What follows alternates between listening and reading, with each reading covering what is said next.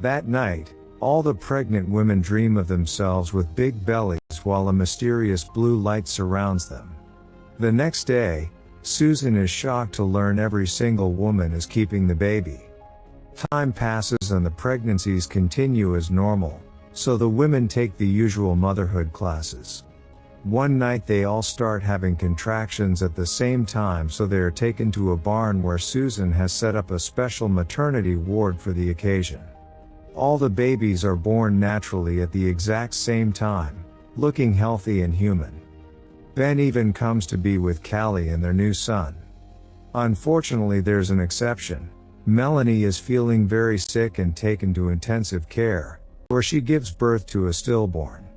Susan immediately takes the dead fetus away to a van, which is noticed by George. When he demands an explanation, Susan says she wants to do an autopsy later and that she didn't want the other mothers to see a dead baby. Sometime later, Alan meets with Susan to discuss their observations. There are a few interesting things like the baby's hair being extra soft and their nails being narrower than normal. DNA tests so far have shown normal genetics, but all the babies seem to have the same results, as if they were siblings from the same parent. Meanwhile, Jill is at home with her boy when she discovers he can already spell his name with toys at such a young age. Barbara's daughter already looks much older, and when she throws her food bowl on the ground, Barbara scolds her for it. The girl doesn't like this and her eyes start glowing to control Barbara's body, forcing her to put her arm in boiling water. As Barbara screams in pain, Jill arrives for a visit and pulls her out before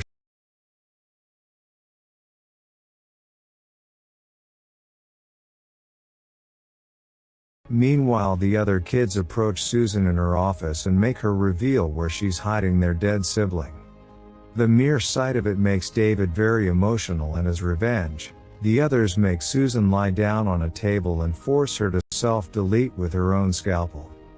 Not far from there, Alan breaks into a construction company to steal some explosives before rushing to the school to check on Jill. He tells her he has a plan and kisses her before locking her up so she can't get hurt. Minutes later, the cops surround the barn, and all the kids except David come out with their eyes glowing. Forced by the children's powers, a cop shoots his partner and then starts shooting the incoming police cars, causing tons of crashes and explosions. The cops that manage to survive start shooting each other and a massacre ensues until nobody is left. Eventually, Alan arrives and hides the bomb inside a briefcase before meeting with the kids inside.